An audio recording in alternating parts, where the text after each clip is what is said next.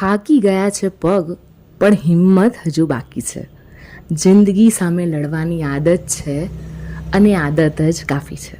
ક્યારેક રસ્તા પર મળતા લોકો આપણને જીવનનો સૌથી મોટો પાઠ શીખવી જાય છે. આ છે શૈલેષ કાકા, નિકોલના સરદાર પટેલ મોલ પાસે રોજ રૂમાલ અને મોજા વેચતા એક સાવ સાદા માણસ.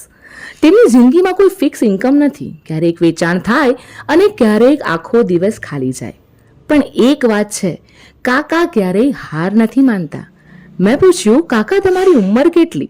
તો હસીને કાકાએ કહ્યું કે બસ 30 વર્ષ. મેં ફરી પૂછ્યું, આ ધંધો કેટલા વર્ષથી કરો છો? જવાબ આવ્યો, 40 થી 50 વર્ષથી.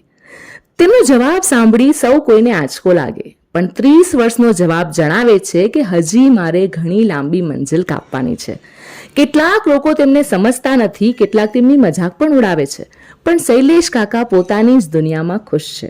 કદાચ એકલતા, સમય અને પરિસ્થિતિએ તેમને બદલ્યા છે, પણ તેઓ હારેલા વ્યક્તિઓમાંના નથી. નવી વાતો પેજ તરફથી અમે તો નાની મદદ કરી છે, તમે પણ કરજો. જો તમે ક્યારેય નિકોલના સરદાર પટેલ મોલ પાસેથી પસાર થાઓ તો શૈલેષ કાકા પાસેથી એક રૂમાલ કે મોજા ચોક્કસથી ખરીદજો. તમારી નાની ખરીદી એમના માટે બહુ મોટો ટેકો છે.